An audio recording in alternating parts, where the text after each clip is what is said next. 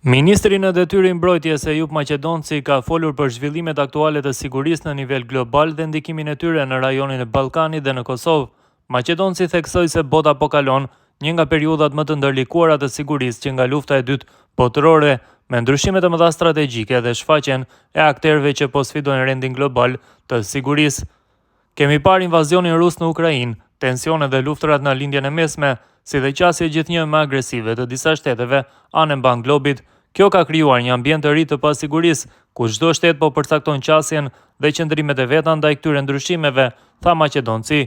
Ai foli edhe për rolin e Rusisë në rajonin e Ballkanit, duke vënë në pa përpjekjet e saj për të ndikuar përmes Beogradit në proceset integruese të rajonit drejt NATO-s dhe Bashkimit Evropian.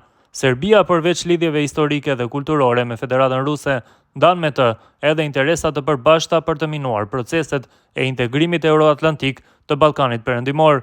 Kjo politik prodhon tensione dhe rrezikon stabilitetin në gjithë rajonin, shtoi ministri në detyrë mbrojtjes në Kosovë.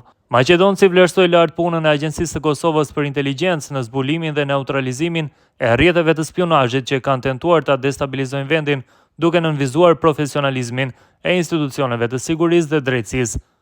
AKI-ja ka bërë një punë të shkëlqyer në goditjen e rrjeteve të spionazhit që shërbenin interesave të huaja. Kemi pasur arrestime të agjentëve që kanë tentuar të ndikojnë në çështje të ndjeshme për sigurinë e vendit, theksoi më tutje Maqedonci. Duke folur për zhvillimin e kapaciteteve të mbrojtjes së Kosovës, ai tha se shtimi i kapaciteteve me dron luftarak është rezultati i analizave strategjike për përshtatje me ndryshime teknologjike globale. Kosova po ndërton kapacitete moderne për të përballur me sfidat e sigurisë të shekullit të 21. Shtimi i dronëve luftarak është pjesë e kësaj strategjie, u shpreh ai.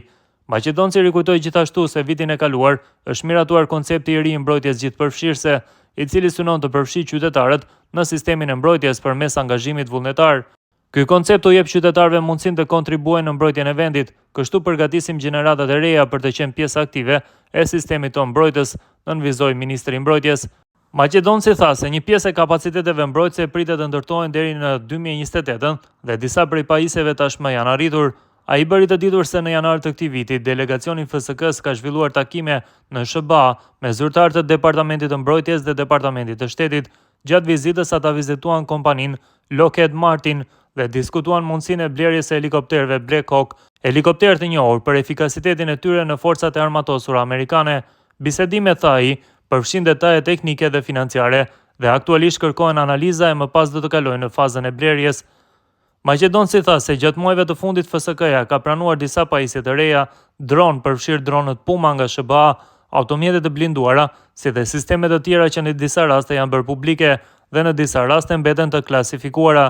Maqedonci pohoi se gjatë këtij mandati janë bërë investime të konsiderueshme, rreth 400 milion euro për blerje të armatimit dhe pajisjeve, shumica e të cilave janë realizuar në bashkëpunim shtet me shtet. Ai foli edhe për krijimin e një siti të përbashkët të ushtrive të Kosovës dhe Shqipërisë. Ne në vazhdimsi jemi duke u angazhuar që të punojmë me më shumë vende të NATO-s, mirëpo me Republikën e Shqipërisë, bashkëpunimi është shumë i veçantë.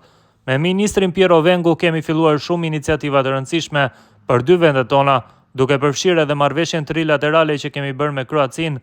Jemi dakorduar për bashkëprodhim të sistemeve të armatimit dhe një njësi të përbashkët ushtarake, tha Maqedonci.